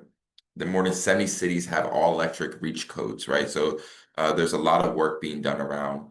I think at one point every city had to put up a climate change plan, and so a lot of them have focused really deeply on all electric. And I'll call out Berkeley, California, in particular, around their work around all electric, but also around equity as a pillar to this transition. So from the standpoint of a city that's really focused on equity, that you can start to look to the city of Berkeley, and the folks there are doing some really good work. Next slide. The other side of this is legislation, but also bans, right? This idea of we need to stop new buildings having gas. And so what we're seeing is natural gas bans in California throughout, and we're also seeing pushback for this, right? Obviously, but throughout California, there's a lot of natural gas bans, and quite frankly, there's an argument for a utility to be able to want to that a utility that serves both electricity and gas to want to move to just electricity, because all of that infrastructure for gas they have to pay for, right? And so if you only have to focus on electricity and infrastructure there, you're not splitting your attention. And so there's a business case for this as well. But of course, there's organizations like Southern Gas Company, right? Southern California Gas. They don't want gas bans. That means the ending of their company potentially, right? So there's a lot of pushback on gas bans. But next slide. But California is not the only place that's doing this, right? You have throughout the Pacific Northwest this move of gas bans starting to come into play throughout the space. And you know, in the kind of the counter to that is all electric construction requirements, right? So instead of calling it gas ban, you just say there's requirements for all electric, right? So wording and policy obviously comes in play and matters, but adopted versus in development versus mandated in municipal county buildings. You start to see that it's a lot easier for the municipalities to move quicker on this than the private sector. There's a lot more kind of decision points in there, but there's a lot going on throughout Washington and Oregon around this all electric construction requirements. Next slide. So something to, reframe for everybody, that there's a lot of talk about natural gas, but not every state has majority natural gas equipment, right? Somewhere like Florida, 92% of the stoves are already electric, right? So 77% of the homes in Florida are all electric. So this is not necessary, and there's other places at 60%, 40%, right? You look at this map. This is sometimes a state-specific argument, and it's about how do you, and so it's no longer about replacing gas per se as the main use, but it's about and it's not sometimes just gas, right? There's propane. A lot of places are still using propane for heating, which is a lot more expensive, right? So there's a huge argument for a cost-effective argument for moving away from propane as well. So next slide. So Texas, a place that most of you would not think of as a clean energy bastion, is doing some amazing work. Is actually the largest clean energy producer in the country. 24% of its energy generated is from clean energy, right? California is right behind it. But part of the reason why it's the largest with 24% is wind, right? 5-to-1 of wind. So like they're not great with solar in terms of their policy, especially for residential or small commercial. They really focus on utility solar and don't incentivize anything else. But the wind is growing all over the place, right? Anybody who goes to Texas can talk about the wind turbines they see. The other consideration is that Texas consumes a lot more electricity per capita. So 24% of their energy use is a lot more than, say, 35% of California's energy usage. So there's also that component of it. And part of that is from energy efficiency, right? If you look at the housing energy usage over time, over the last 30, 40 years of California, it's been pretty stable despite the new technologies being introduced. You look at the rest of the country, it's been going up. And so recalling energy efficiency back into this conversation is a major driver of that. Next. So in general, you got, City of DC, Montgomery County, all are starting to push and require all electric buildings by 2026. So that's next year.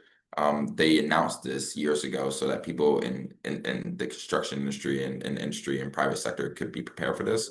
But then you have places like Chicago that's exceeding the energy code by the IECC, and it requires all electric buildings. So there's movement from major cities in this direction. I'm hoping to see, say, City of Memphis and others move in that direction as well in the near future. So a counter to what we've all talked about is this growing push to make it illegal to ban natural gas, right? And throughout most of the South and central kind of part of America, you've seen they've already passed this work, right? This makes it challenging because then you're like, you can't incentivize fuel switching. So if someone wants to switch from gas to electric, the utility can't have money to support that work because of this prohibition on natural gas ban. So there's starts to interrupt programs and incentive plans around this work, which was kind of how the very was very intentional in this. Next slide. So a few bright spots. Heat pumps are increasing in their adoption rate, right? We're seeing that increase, and we're hoping to see. I actually think this. You see, there's a projection out, right? But I'm hoping that that projection is actually very conservative in nature, based on kind of other movements in this space.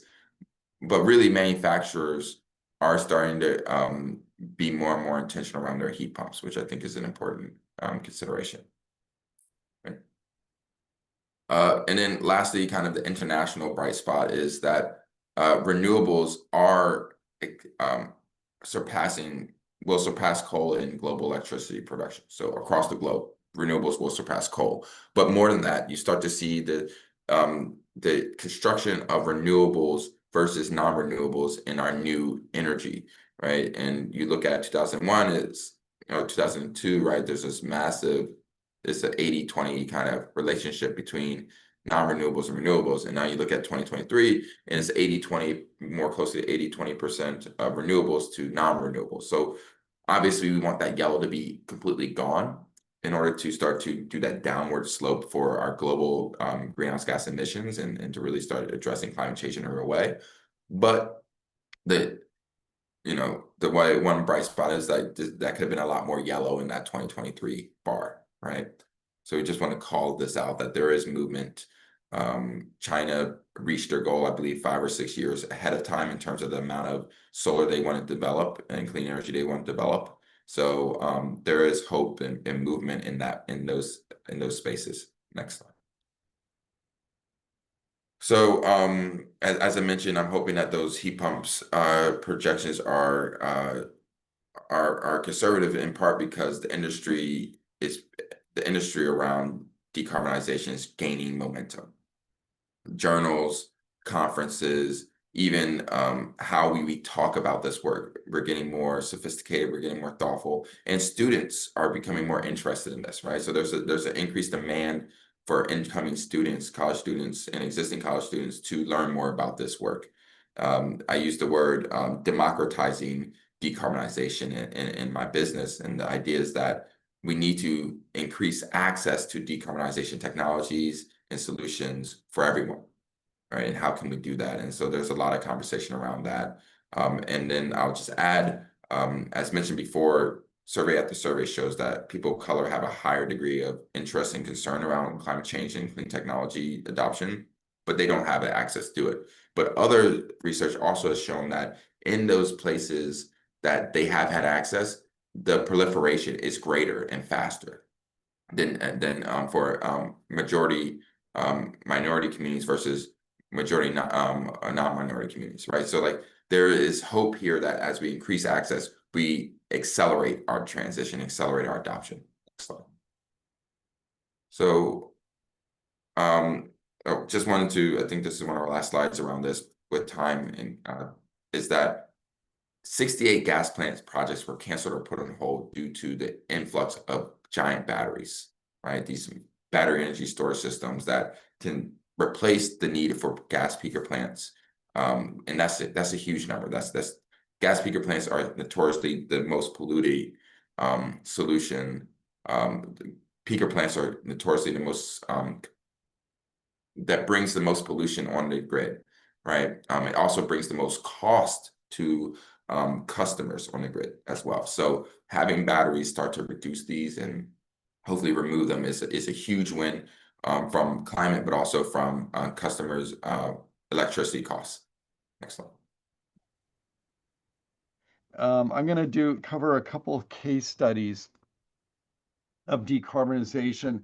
One is a building, it's a private sector building that I worked on with a variety of other folks in Alameda, California. It's right near San Francisco. And it's a corporate headquarters for a company called Exelexis. And I think the thing that's significant about this project is it was a developer built building. They did have the tenant lined up before they built the building, but it is a developer built building. And the developers are always very much bottom line focused. They're usually not going to say, "Oh, go ahead and spend some extra money to make it a green building." They're usually like, "We'd like the green building, but we're not going to spend any extra money," because they have their bank loans and everything, and the bank loans are only for so much, and so it's a very challenging environment. But we did talk with them about what are the simple ways to make this building more energy efficient and affordable. And so you can see the building envelope is in the style of corporate buildings in the same area, but we just worked with the architect to get a little bit more shading on the building, but they liked it because it also gave architectural definition. And notice that it's not 100% glass. There's a fair amount of glass, but glass, an all glass building can be more expensive because glass is expensive. Overall, they were able to get a 35% energy savings before we take into the account the solar, and it's an all-electric building on a developer budget. So for the heating system, they used a VRF system. There's a wide array of equipment on the roof that looks like this, and so that it can provide heating with electricity, heat pump, but also cooling. So it's that one system does both, and that's one of the things that makes it affordable and that they liked about it.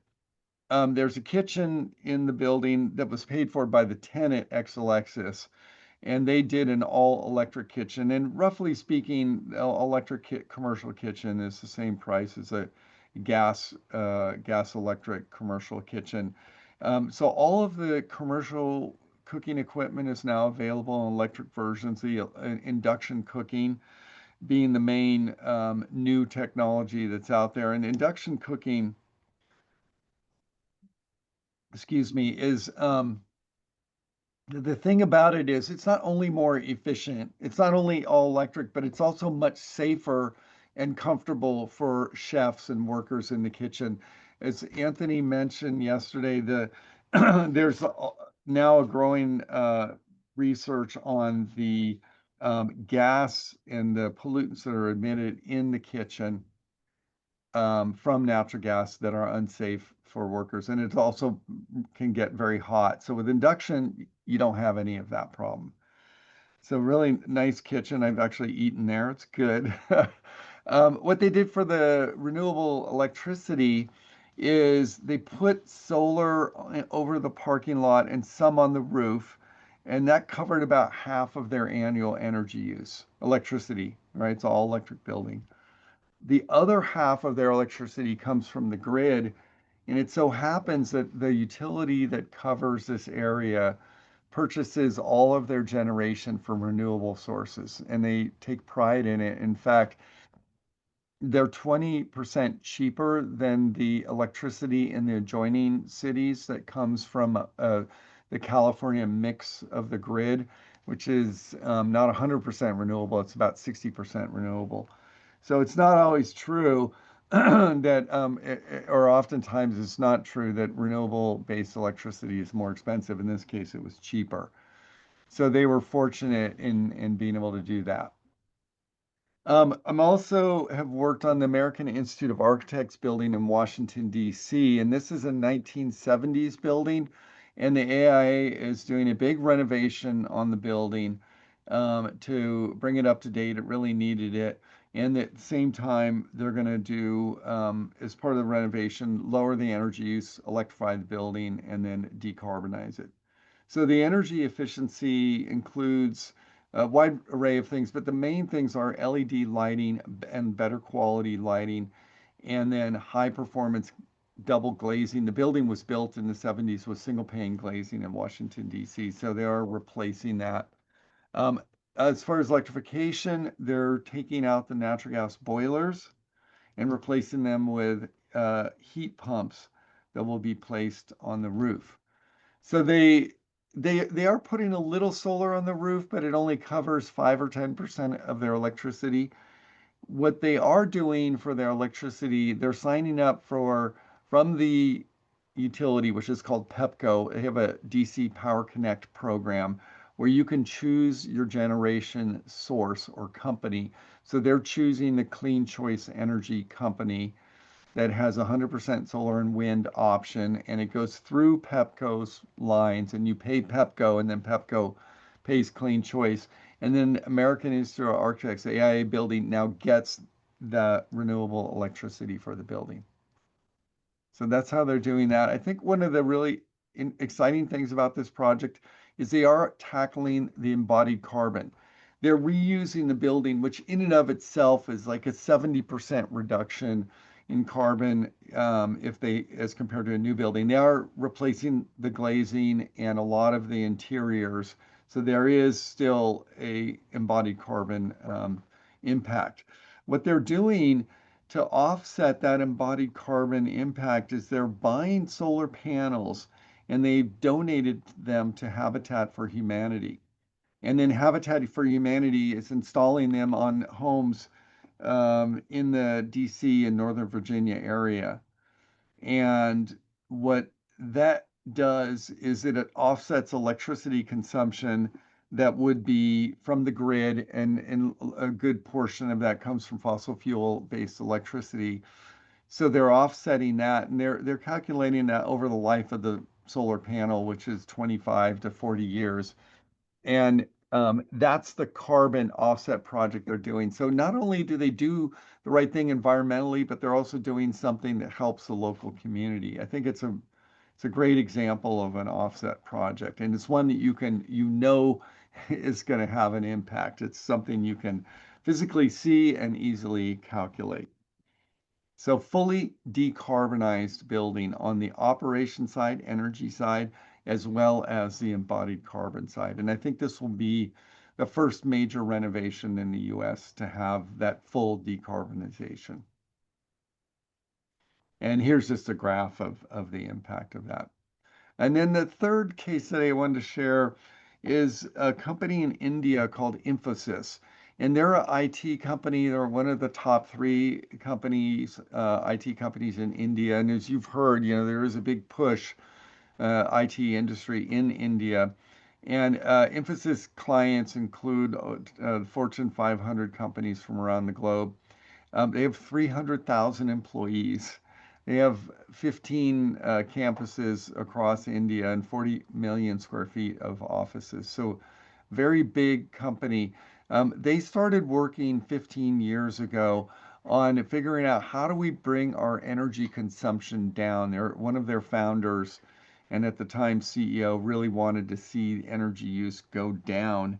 And so they did start focusing on very low energy buildings. This photograph here is one of the first buildings that they built in this new program. And they actually took that building, half of the building, they built with what they thought was like their best practices. And then the other half is one that I helped them with, and we did in a way that was super efficient, radiant cooling system, and a variety of other strategies. And that portion of the building used 40% less energy than the one where they had their current, at the time, best practices. So from that, it transformed how they thought about buildings, and they started iterating because they were at the time building a lot of buildings. So every building was better. And then they started going back and retrofitting existing buildings and cooling systems and the whole bit. As a consequence, over the period from about 2008, they've been able to reduce their electricity consumption by 55%. So it's really quite dramatic reduction. And that's over their whole portfolio. I don't think that there's any large company that's had as successful of an energy program as they have. They also have set up solar farms, some that they own, some that they've invested in with others through a PPA, power purchase agreement. And so they're now purchasing all their electricity from renewable energy. So they've, on their operation side, been able to decarbonize. It's really exciting. So we have a variety of case studies available on the website. One of the ones that I like that I didn't cover is the St. Peter's residential project, which is affordable housing in New Orleans, new construction, and it was done in a way that was very energy efficient, as well as there's solar and batteries at the building that cover 100% of the energy use of the building. So it's really neat, and heat pumps for cooling and heating and the whole bit, and heat pump water heating as well. Um, Let me just move quickly into in the interest of time, into the teaching tools and methods, and then we'll have the last about half an hour for discussion and such. So BDLA does have a lot on our website. This is a photograph of our website, or a screen shot, and we have case studies, presentation materials. Pretty much all the slides that we've presented today are available in slide decks on the website. And some of you are familiar with this material and have been able to use it. Videos, we have links to videos, as well as videos of many of our seminars and webinars. And we also have reference materials, quizzes, and exercises. So there's a lot of good info there. As I said yesterday, this all free of charge. And this is just a list of the presentations and slide decks that are there. So let's just talk a little bit about the teaching methods and some of the things that we've learned. We find that each professor, teacher has a different style and a different way of teaching things, but there are some common threads. A lot of architecture, especially, is project-based, but we've seen also engineering project-based learning. So there's a collaboration that gets set up that's very much like the professional environment, and students learn that collaboration. But it's also about learning and working together to try to find the better solution. In the case of decarbonized buildings, things like the low energy, the low energy solution, or the electrified solution. So there's and when I teach decarbonization at Stanford, I do with a project-based class. And the way I do it is, and this is something we've seen in other professors, is starting with the architecture and the lighting and the HVAC, the basics, and then getting into the details of things like carbon, carbon calculations, renewables, batteries, embodied carbon, and financial considerations. One of the things that is, and I mentioned this yesterday, is a very useful and good teaching tool, is this PV watts calculator, where you can go in and calculate how much output a PV system has. So it's so easy, students can get it really quickly and incorporate that into their assignment. There's also a building performance database that a lot of classes will use to set energy use budgets, or just to understand what's sort of a typical energy use of a building for a different climate. Another tool that is out there that I don't have on the slide is called C-Scale. C, the letter C, dot scale. And they have a free online calculator for embodied carbon. And it's very simplified. They ask you things like, do you have a concrete structure? Do you have a steel structure? What's the size of your building? Or you have mass timber? All these questions. And in about 15 minutes, you can come up with a preliminary calculation on what is the embodied carbon, as well as they have an operational carbon quick calculator. And I find that very useful to work with students on. So when we worked with the folks at Howard University on setting up their first building decarbonization class, they use the AIA building as a retrofit concept. So project-based retrofit. Again, at Howard, they use teams, and they get into, okay, well, let's take this building and how do we decarbonize the building? So that's how they did it. we're seeing a lot of the flipped classroom. I'm sure some of you have already been trying this, and that's where before the class, students watch a recorded lecture, and during the class, they practice the concepts and apply it, have discussions, and we're seeing that as a very effective thing. One of the things that surprised me was this idea of using gamification for teaching buildings. And it was like, how does that work? I was very intrigued and curious about it. And this is something that was developed at MIT and is now used at a variety of other schools. And we had a webinar by a professor at Northeastern who did work at MIT for a while. And what she said was what they do is they give a simplified program to the students. They give them the ability to change different aspects of the building, and then they also give them cost information, things like dollars per square foot for different materials. And they ask the students to start to work to find the combination of strategies that are going to result in the lowest energy and the lowest cost. And they run simple simulations in the class.